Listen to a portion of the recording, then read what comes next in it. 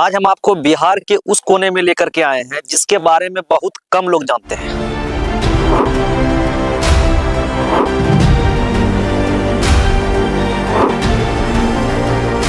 लेकिन जो खूबसूरती है वो किसी हिल स्टेशन से कम नहीं है। जी हाँ, इस वक्त हम मौजूद हैं मुंगेर जिले के हवेली खड़गपुर झील पर।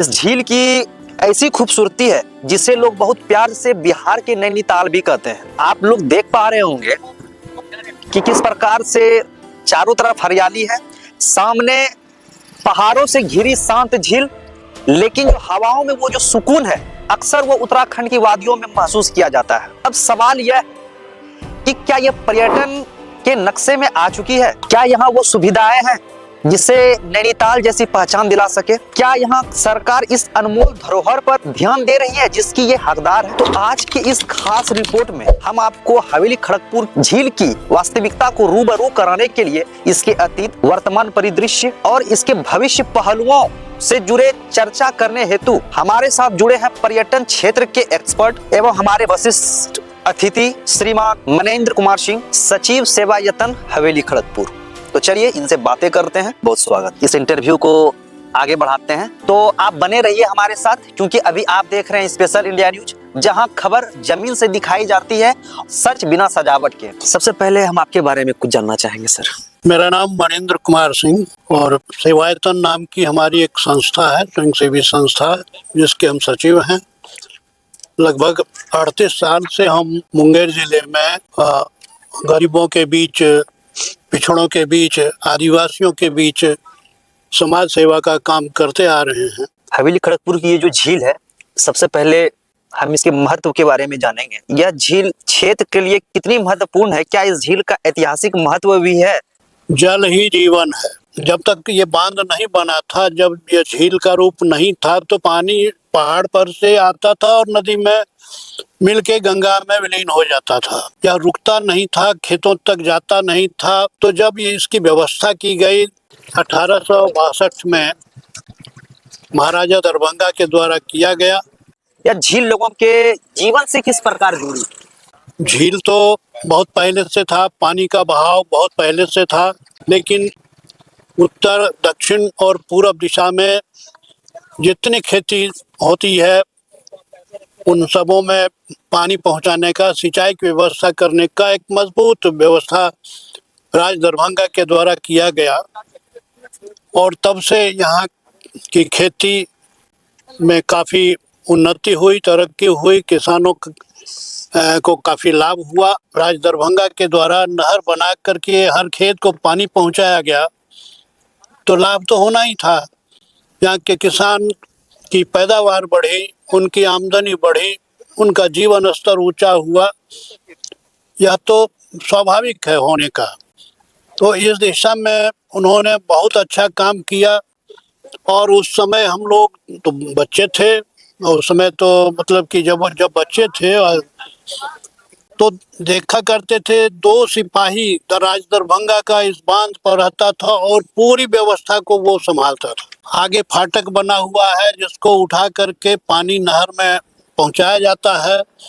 और इन सारे व्यवस्थाओं की 2 व्यक्ति, 2 सिपाही जो राज दरभंगा के द्वारा यहाँ पर करता था, और उसके देखरेख में ही सारी व्यवस्था थी। पहले झील का आकार क्या था? क्या उस समय के साथ झील सिकुड़ी है वर्तमान में?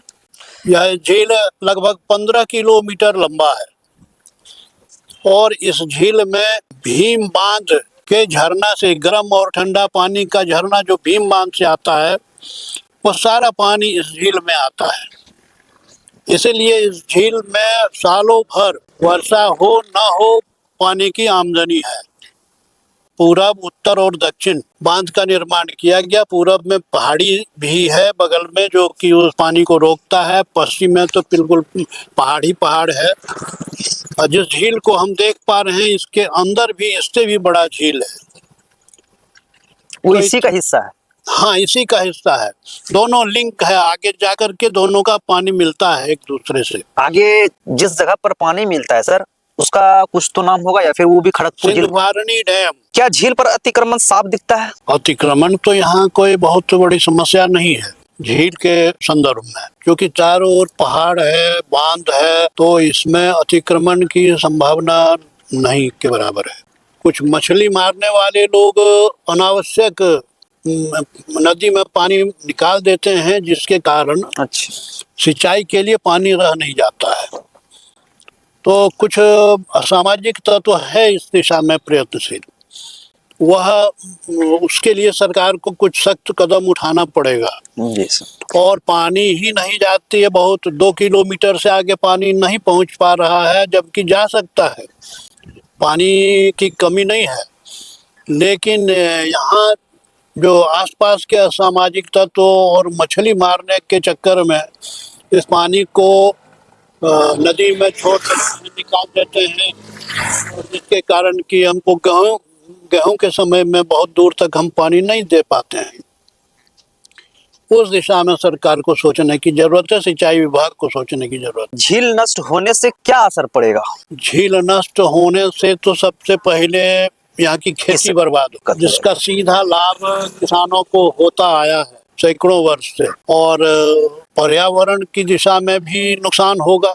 यहाँ पर जितने लोग चारों ओर आकर के घूमते हैं, देखते हैं, प्रकृति की छटा का आनंद लेते हैं, वो तो सब नष्ट हो जाएगा। और जंगली क्षेत्र है, इसलिए आमतौर पे उतना पर्यावरण उतना नुकसान यहाँ का नहीं होता है, क्योंकि जंगल से स्वच्छ हवा मिलता रहता है। कोई कारखाना है नहीं यहाँ, कोई प्रदूषण है नहीं, तो इसलिए यहाँ उस पर बहुत संकट नहीं है। लेकिन सबसे सीधा पहला जो है कि झील अगर बर्बाद होता है तो किसानों को नुकसान है। इस पर कुछ प्रभाव भू या जल स्तर पर भी होने की संभावना है? निश्चित रूप से है।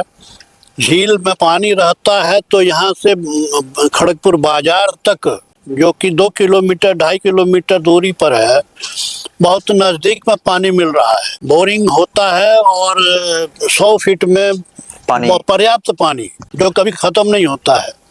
तो ये इसका कारण यही है कि यहाँ पर झील हमेशा भरा अगर रहे, जब पानी रहता है झील में, तो आगे कुएं में, ट्यूबवेल में पर्याप्त पानी मिलता है, और इसलिए पानी की समस्या आसपास 2-3-4 किलोमीटर तक भी आदमी को पेयजल के लिए समस्या नहीं होती है। गंदगी से पर्यावरण को क्या नुकसान होगा सर? गंदगी से तो नुकसान ही नुकसान है। गंदगी तो कहीं भी हो, झील के आसपास तो गंदगी नहीं है, लेकिन गंदगी तो पर्यावरण का दुश्मन है, उससे तो सब लोग परेशान हैं। शहर ज़्यादा परेशान है, यहाँ तो स्वच्छ हवा है, यहाँ उतनी परेशानी नहीं है। पर्यावरण गंदगी भी वैसी नहीं है कि यहाँ पर्यावरण का नुकसान हो। झील काफी स्वच्छ है। झील संरक्षण में प्रशासन की क्या मुख्य भूमिका है? बहुत बड़ी भूमिका है। झील के संरक्षण में प्रशासन को तो ध्यान देना पड़ेगा।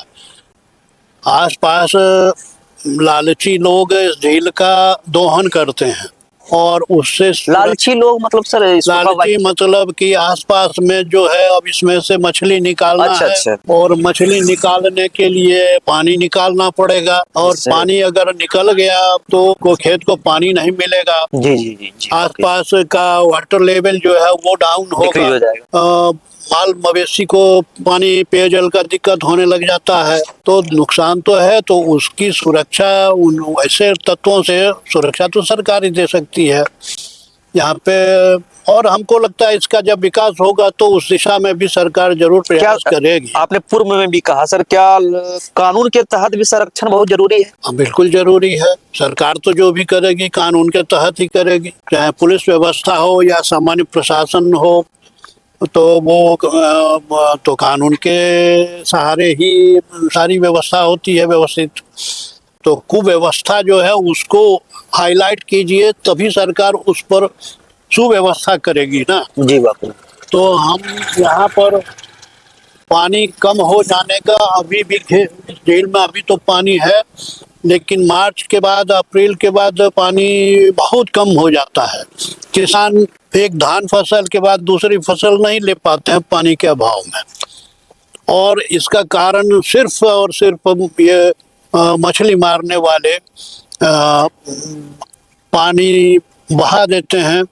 सिंचाई विभाग निहत्था है, वह रोक नहीं पाता है और किसान भी उसके लिए उसका खामियाजा भुगतते हैं। सर, जैसा कि आपने कहा कि वाटर लेवल जो है मार्च या अप्रैल में जो है डिक्रीज हो जाती है ड्यू टू कुछ मछली पालन करने की वजह से। सर, उस समय तो हीट का भी काफी ज्यादा टेम्परेचर रहता है, समर भी काफी ज्यादा हो जाती है, तो उससे कोई प्रभाव पड़ती है या नहीं? उससे कोई बहुत प्रभाव नहीं पड़ता है। अच्छा। क्योंकि इसको पानी की आमदनी ऊपर से सालों भर है। ओह, सालों भर हमने कहा था कि भीम बांध से जितना झरना नदी नेचुरली इसको कोई इफेक्ट नहीं करती है, वहां से पानी बहकर इसी झील में आता है।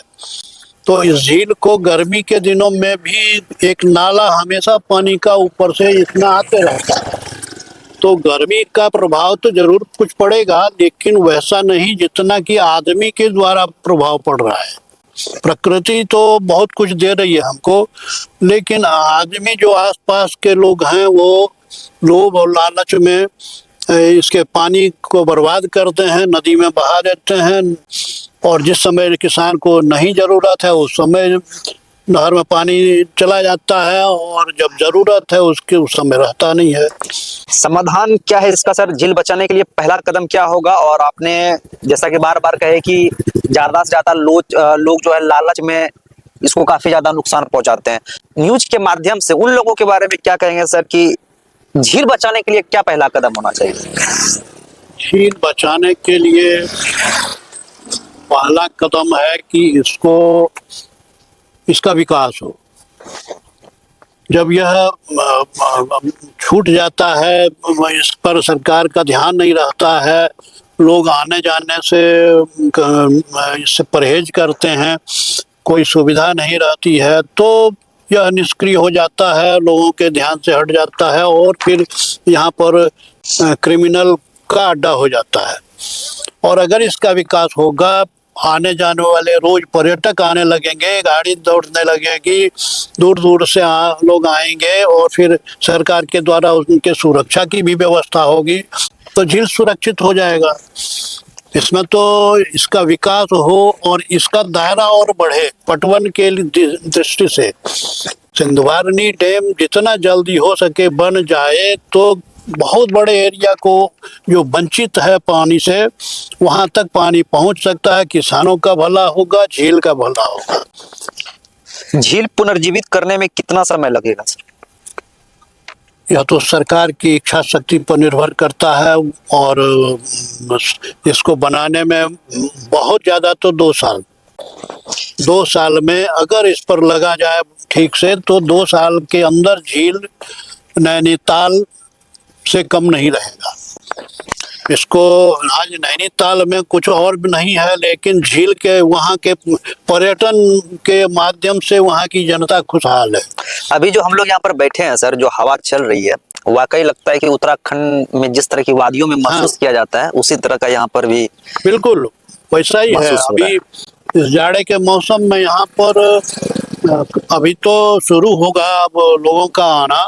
25 दिसंबर जैसे कल से बताया न कि दुमका से लोग आते हैं, पश्चिम बंगाल से लोग आते हैं। कई बार हमसे मुलाकात हुई है, कहाँ से आए हैं भाई, तो बंगाल से सिलीगुड़ी से आए हैं और कहाँ कहाँ से, तो बहुत दूर से लोग आते हैं। अब आवश्यकता है कि उनकी ज़रूरत को पूरा किया जाए, उनकी सुरक्षा और उनकी सुविधा की व्यवस्था सरकार चाहेगी तो 2 साल भी बहुत ज़्यादा है उनके लिए, उसके पहले भी हो सकता है।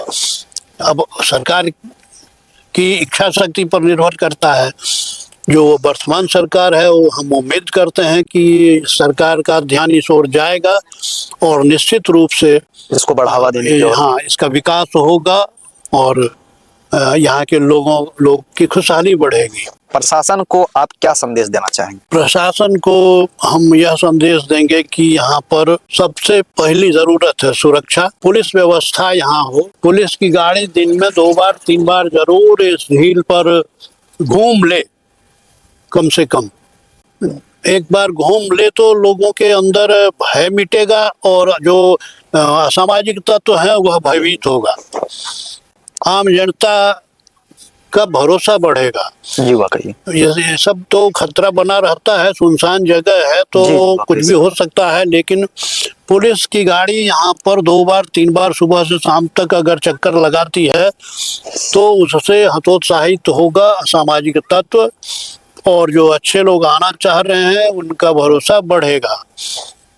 तो वो सुरक्षा सबसे पहली चीज, उसके बाद बाकी और जो निर्माण का काम वो कर सकते हैं वो करें। यहाँ ठहरने की व्यवस्था अगर कर सके तो बहुत अच्छा। ठहरने के बाद उनके सुरक्षा की व्यवस्था का सवाल आएगा। तो ये सब पर अब कितना कर पाती है ये सरकार, उस पर ये निर्भर भी देखना करता है। बाकी है। हाँ। जनता से आपकी क्या अपील रहेगी सर? जनता से यह अपील है, स्थानीय जनता से यह अपील है कि वो यह एक बहुत बड़ी संपत्ति और बहुत बड़ा धरोहर प्रकृति ने, ईश्वर ने आपको दिया है। इसकी सुरक्षा पुलिस से ज्यादा जिम्मेवारी यहाँ के स्थानीय लोगों की है। स्थानीय लोग अगर चाहेंगे तो यह बिल्कुल सुरक्षित और सुसज्जित रहेगा। बहुत अच्छा गार्डन था, फूल की फुलवाड़ी थी यहाँ पर, स्थानीय लोगों ने ही उसको नष्ट किया। तो अगर हम नष्ट करेंगे, पुलिस की संख्या कितनी है और खड़गपुर की आबादी कितनी है, अगर पूरी आबादी उजाड़ने पर लग जाए तो पुलिस की जो संख्या है वह कितना सुरक्षा दे पाएगी। तो पुलिस की जवाबदेही तो है, लेकिन उससे ज्यादा जिम्मेवारी हम नागरिकों की है। जी वाकई से। जिसके बगल में यह झील है उनकी ज्यादा जिम्मेवारी है, और वो अगर चाहें तो असामाजिक तत्व भी यहाँ से पलायन कर जाएंगे और झील बिल्कुल सुरक्षित रहेगा, सुशोभित रहेगा। सर, जनता के लोकल जो जनता है आपके और आज के जो युवा हैं उससे कुछ जुड़ी सवाल है कि झील के ही बगल में 52 कोठी 56 द्वार है, क्या इस बातों में कितनी सच्चाई है सर, या फिर इस जगह पर नहीं होकर के मुंगेर के किसी और हिस्से में है? नहीं, यही था, यहीं पर था, यहीं जहाँ पर की अनुमंडल अभी कार्यालय बना हुआ है। अच्छा अच्छा। उसी जगह पास में 52 कोठरी 53 द्वार। अच्छा अच्छा। हम लोग तो बच्चे थे उस समय, बहुत तो सुना करते थे, हमेशा से इन लोगों के बीच में कंफ्यूजन वाली बात, बुजुर्गों से सुना करते थे। वहां पर एक मकान था अनुमंडल के पश्चिम में, अनुमंडल जी, जहाँ पर कि इस तरह का एक मकान था जिसमें कि बहुत सारे दरवाजे थे, बहुत सारे कमरे थे, और जो बूढ़े बुजुर्ग थे वो उसको देखे थे और उनसे ही हम लोगों को जानकारी मिली थी, लेकिन हम लोगों ने देखा नहीं। यानी कि वास्तविकता जो है 52 कोठी 53 द्वार की, वो हवेली खड़गपुर की ही धरोहर। हाँ, यही है, यही है। यहाँ के राजा जब थे, पहले महाराजा संग्राम सिंह थे, फिर बाद में वो कन्वर्ट हुए, मुसलमान बने, औरंगजेब उनको गिरफ्तार करके ले गया दिल्ली और वहाँ जबरदस्ती उनको मुसलमान बनाया गया। तो उनके समय में यहाँ पर जो राजा का किला था और वो 52 कोठरी 53 द्वार जो हम लोग चर्चा कर रहे हैं, वो उनके समय का ही था, वो उनके समय, राजा के समय का। अच्छा अच्छा। पंचकुमारी, हाँ, हवेली खड़गपुर की। कहा जाता है कि सर बगल में कुछ ऐसे जगह हैं जहाँ पर कि कुमारी के नाम से जाने जाते हैं, और हवेली खड़गपुर में इसी नाम से सर विद्यालय भी। हाँ, तो इसकी क्या जुड़ी इतिहास है? इसमें है, जब राजा जो थे, हिंदू राजा जब थे जी, महाराजा खड़ग सिंह थे जी, किनवार राजा थे, तो उनकी लड़ाई बरियारपुर में औरंगजेब जब जा रहा था बंगाल से लौट करके फतह करके, तो वहाँ पर ये इनसे भिड़ंत हुआ। इनसे जब लड़ाई हुई तो ये हार गए, तो इनको अरेस्ट करके दिल्ली ले गया जी। और दिल्ली में चूंकि ये बहुत देखने में बहुत अच्छे थे, खूबसूरत थे, तो इनकी शादी एक मुस्लिम लड़की से वहाँ करवा दिया, मुसलमान बना के। ठीक, या तो तुम मुसलमान बनो और नहीं तो फिर तुमको तुम्हारा कत्लेआम कर देंगे। जी। तो ये मुसलमान बन गए। वहां से जब आए तो इनकी तो शादी पहले भी हो चुकी थी, इनकी 5 बेटियां थी, तो जब ये नजदीक आए, खड़गपुर के आसपास पहुंचने पर थे, तो उनकी लड़कियों ने सोचा कि अब वो तो मुसलमान बन गए, यहाँ आएंगे तो हम लोगों को भी मुसलमान बना देंगे, अच्छा। बनना पड़ेगा। जी जी। तो वो घर छोड़ के भागी ठीक। पांचों। और घर छोड़ के जब भागी तो राजा को मालूम हुआ, तो वो सेना भेजे उसके पीछे पकड़ने के लिए। जी जी। और वो भागते हुए इसी पहाड़ी से होते हुए 2-3 पहाड़ पार करके एक जगह है रामेश्वर कुंड। अच्छा, रामेश्वर कुंड। जी हाँ, सर। गर्म पानी का झरना है वहाँ भी। उस हाँ, भौरा कुंड है, रामेश्वर कुंड है, गर्म पानी का झरना है। चलिए, इसी बातों से उनका भी जिक्र, रामेश्वर हम कुंड लोग का भी यहाँ से जिक्र हो नाव गया। पर चढ़ के वहाँ पिकनिक के लिए बहुत बार गए हैं। तो राजा की सेना जब वहाँ नजदीक पहुँचने लगी, तो और लड़कियों को लगा कि हम भाग नहीं पाएंगे, तो बहुत ऊंचाई पर जा करके पहाड़ पर चढ़ के वो पांचों जो है छलांग लगा दी, जहाँ पर आज भी ऊपर से पानी झरना गिरता है। हाँ, पंचकुमारी उसको कहते हैं, क्योंकि पांचों ने आत्महत्या कर ली उस कुंड में कूद करके। तो उसी के नाम पर, उसके याद में पंचकुमारी विद्यालय यहाँ स्थापित की गई जी जी। आज़ादी के बाद। और उसके उस घटना की यही कहानी है। अभी के समय में जिस प्रकार की नक्सल प्रभावित अब एरिया ये सब रही नहीं, तो आज के युवा भरोसे से किसी भी समय यहाँ पर आ सकते हैं, या फिर ऐसा कोई समय की रात? अब तो बिल्कुल आ सकते हैं, अब रात में भी आ सकते हैं, कोई डर नहीं है। लेकिन पहले के समय में सर, गार्जियनों के द्वारा, पेरेंट्स के द्वारा, मतलब कि हर जगह पर इसकी चर्चा बनी हुई रहती एक थी। समय था 90 से 2000 तक यहाँ, बल्कि 90 से 5 साल पहले भी बंगाल का नक्सलाइट लोग बहुत आया हुआ था। और यहीं पास में एक टोला है, हरिजनों की बस्ती है, वहीं उसका डेरा था। और काफी लोगों का कत्ल किया यहाँ, किसान का, बड़े बड़े किसान को उसने मारा। उस समय की सरकार ने भी उसके खिलाफ काफी सक्रियता से उस पर पहल किया, और काफी उनका भी नुकसान हुआ, पकड़ के मारा गया, पुलिस काफी सक्रिय हुई। फिर भी एक भय तो था। जी जी। जंगल में तो काफी संख्या में नक्सलाइट आ चुका था। भीम बांध में घटना हुई, यहाँ से धरहरा और कजरा तक पूरा जंगल नक्सलाइट से भरा हुआ था। उधर जमुई एरिया से बरहट के बाद जो है जंगल ही जंगल है। तो इसमें काफी थी संख्या नक्सलाइट, समय के साथ बदलती चली गई। और उस समय तो हम कहे ना कि हम लोगों को बगल में घर है, हमारी खेती बगल में है, लेकिन हम लोग दिन में जाने में नहीं आते थे तो एक भय बना रहता था। जी, वाकई से आते थे, लेकिन चूंकि हम एक सामाजिक संस्था से जुड़े हुए हैं और हमने इस क्षेत्र के लिए बहुत काम किया है, आदिवासी के लिए, और जो जंगल के अंदर के गांव भी हैं उनके लिए हमने बहुत काम किया। 38 वर्ष से हम काम कर रहे हैं शिक्षा और स्वास्थ्य के ऊपर। तो हर गांव और हर युवा जो था हमसे परिचित था। तो उस नक्सलाइट के ग्रुप में भी तो वो लोकल ही कुछ युवा उसमें शामिल थे। तो उन लोगों के द्वारा हमको देखने के बाद अब लोग कह देते थे कि ये हमारे सर हैं, ये हम लोग की भलाई के लिए आते हैं, इसलिए इनको डिस्टर्ब मत करो। हम कई बार चाहे कि नक्सलियों से मिले और पूछे कि तुम ऐसा क्यों करते हो, स्कूल उड़ा दिए। आखिर इसमें बच्चा तो इसी गांव का पढ़ता था, तो किसका फायदा ये कर रहे हो तुम। तो ये हम, तो वो गांव का लड़का कहता था कि सर जो मारने वाला है ना उसके पास दिमाग नहीं है, वो आपकी बात समझेगा नहीं। उसको आदेश है कि मारना है तो मारना जानता है सिर्फ, और आपकी बात को कुछ नहीं समझेगा। इसलिए उससे आप मिलना छोड़ दीजिए और कुछ बात भी मत कीजिए। तो हमको कोई डर नहीं था, लेकिन आम लोग यहाँ आने से डरते थे। जिस सेवा यत्न में आपने जिक्र किया, और हमने भी अपने इंट्रोडक्शन के द्वारा आपका सेवा यत्न के बारे में जिक्र किया, उसके बारे में थोड़ा सा व्याख्या कीजिए सर।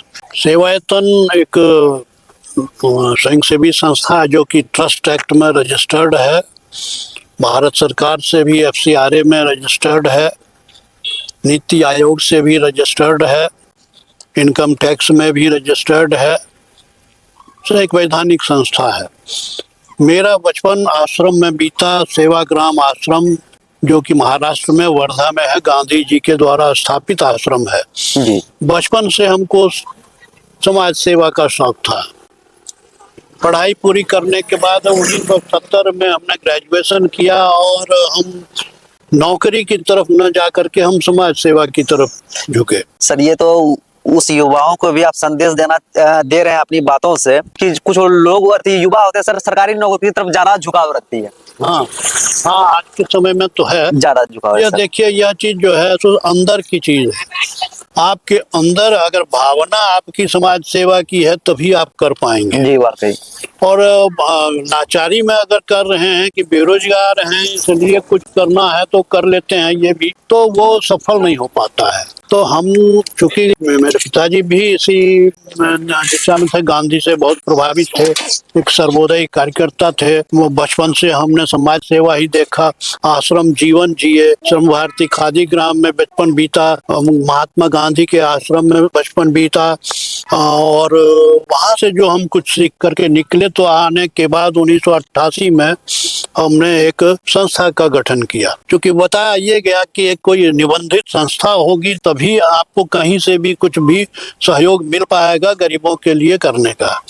तो हमने वैसा किया, यहाँ आके बनाए और हम शिक्षा के क्षेत्र में काम किए। 100 अनौपचारिक शिक्षा का केंद्र हमको भारत सरकार से मिला जो कि खड़गपुर में हम संचालित किए, और हमारे सारे केंद्र जंगली एरिया में थे। क्योंकि शिक्षा से वंचित ये ही वर्ग है जो चरवाहा है, फुर्सत नहीं मिलता है उसको, उसके किस्मत में नहीं है कि वो स्कूल जा पाए। क्योंकि अभिभावक सुबह होता है और बकरी सुगर गाय जो भी हो नाश्ता कलेवा देख करके विदा कर देता है चराने के लिए। तो हमने उस योजना के तहत यहाँ से 4-5 हजार बच्चों को शिक्षा की मुख्य धारा से जोड़ा। 10 वर्ष हमारा वह कार्यक्रम चला भारत सरकार के सहयोग से। तो शिक्षा के क्षेत्र में काम किए, स्वास्थ्य के क्षेत्र में हम बहुत काम किए। जब यहाँ पर 2002 में बहुत ज्यादा मलेरिया फैल गया, अच्छा, एक पंचायत में 8 दिन में 62 आदमी की मृत्यु हुई मलेरिया के कारण, जो कि मेरा कार्य क्षेत्र था। हम बहुत निराश हुए। हम पटना जाकर एक डॉक्टर की टीम लाए। अच्छा। 8 डॉक्टर और उसी जगह खून को जांच करने वाला लैब वगैरह हर चीज, लैब टेक्नीशियन सारी से सेट के साथ यहाँ हम लाए। और इसी झील पर हम पूरे झील को हम रिजर्व किए, मतलब आईबी को इंस्पेक्शन बेंगलोर पर जितना कमरा है सबको रिजर्व किए और सभी डॉक्टर को हम यहाँ ठहराए। और एक एक घर में जा करके सबका ब्लड टेस्ट किए, दवाई बांटे। कलकत्ता से भी डॉक्टर आए जो समाज सेवा के क्षेत्र में है सक्रिय, उन लोगों को सूचना दी गई, वो टीम आई और हम 8 दिन में यहाँ से मलेरिया का उन्मूलन किए। डीएफओ साहब आए हमसे मिलने के लिए कि भीम बांध में हर साल हमारा 2-4 फॉरेस्ट गार्ड मर जाता है मलेरिया के कारण, आप वहाँ भी चलिए, हम वहाँ आपको सारी सुविधा देंगे। हम पूरी टीम लेकर के भीम बांध गए। कैफेटेरिया पूरा हम लोगों को रहने के लिए उन्होंने दे दिया फ्री में। और वहाँ हम एक एक गांव का एक एक व्यक्ति का हम खून जांच करके जिसके अंदर थोड़ा भी पाया जा रहा है उसको प्रिवेंटिव डोज दे करके हम मलेरिया से बचाने का काम किए। तो हमारी संस्था तब से तो यहाँ के गरीबों के बहुत ही प्रशंसा और सराहना कि आपने उस समय उस दौर में आपने काम किया था सर, लोगों के प्रति निस्वार्थ भाव से। आज के युवाओं के लिए इस तरह की कार्यों के लिए सर प्रेषण है आप सर। हम लोग नौकरी को त्याग कर हमने जब समाज सेवा को चुना तो हम तो इस लक्ष्य से ही चले थे कि हम गरीबों के बीच काम करेंगे। तो इसमें कोई आश्चर्य नहीं है, हमने काम किया, अवसर मिला, हम पूरी ईमानदारी से और पूरे मेहनत से समाज के लिए काम किया है। जंगल के अंदर भी एक राजा सारे गांव है, दिल्ली की टीम आई थी हमारे काम को देखने के लिए शिक्षा के क्षेत्र में। उन्होंने कहा कि आपका जो सबसे दूर में केंद्र है वहां ले चलिए। तो राजा सराय ही था जो कि 2-3 किलोमीटर अंदर जंगल में था। तो हमने यहाँ नाव लिया और वहाँ न टेलीफोन न कुछ सूचना देने की सुविधा। हमने नाव लिया, नाव पर उन लोगों को बैठाया, गए, 2 पहाड़ चढ़ के उतरे, गए, फिर चढ़े उतरे और तब उस गांव में पहुंचे। और वहां जब पहुंचे तो देखा कि 25-30 बच्चे जो है 15, 16, 17 साल के लड़के सब पढ़ाई कर रहे हैं और जिसको हम वेतन देते थे वो पढ़ा रहा है। ठीक। पूरी पूरी टीम जो है भौचक्का थी कि इस जंगल में हाँ हाँ। कोई देखने वाला नहीं है, आप कंट्रोल कर रहे हैं वहां से और देख रहे हैं हम क्लास चल रहा है। ये तो उस समय की बहुत बड़ी उपलब्धि ऐसा भी नहीं है कि कोई आप फोन कर दिए और तब हो रहा है, कोई सुविधा नहीं है यहाँ। तो एक बुजुर्ग थे उसमें केडी दीवान, सेना से रिटायर किए थे और समाज सेवा में थे, वो भी थे। वो उधर से दौड़ के आए और हमको सीने से लगा लिया और उन्होंने कहा कि मनिंद्र, मैं तुम्हारे साथ रह के काम करना चाहता हूँ। जी जी। तो इतना वो खुश हुए कि उन्होंने भारत सरकार को, टीम जो आई थी भारत सरकार की ही टीम थी, उन्होंने मेरे लिए रिकमेंड किया वहाँ जी कि इस संस्था को 200 और सेंटर दिया जाए। जी वाकई। 100 तो था ही। जी जी। जब हम दिल्ली गए ऑफिस में तो वहाँ के पदाधिकारी जब जाने की वजह सेवायतन से आप हैं तो हाँ, अरे आप एक एप्लीकेशन दीजिए ना, आपको 200 सेंटर और मिल जाएगा। जो टीम गई थी वो तो आपके बारे में बिल्कुल खोल के लिखा है, बहुत तारीफ किया है आपके काम का। तो काम किए हैं हम ईमानदारी से, कर्मठता से, क्योंकि काम के लिए ही तो हम पूरा सब कुछ छोड़ करके इसमें आए। और यहाँ भी अगर हम नहीं करेंगे तो फिर क्यों आए, तो नौकरी ही करते अपना 10 से 4। तो ये था हमारे जीवन का संस्था बनाने का उद्देश्य और संस्था से काम करने का उद्देश्य। चलिए अब आप लोगों से भी विदा लेते हैं और आपका भी सर बहुत बहुत धन्यवाद जो आप हमारे चैनल के साथ जुड़े और अपने आप आपको भी धन्यवाद और आपने जो आपने यह मौका दिया हमको, आज बहुत पुरानी सब बात याद करके हम आपको कुछ बता पाए। जी जी। इसके लिए आपको बहुत बहुत धन्यवाद। जी।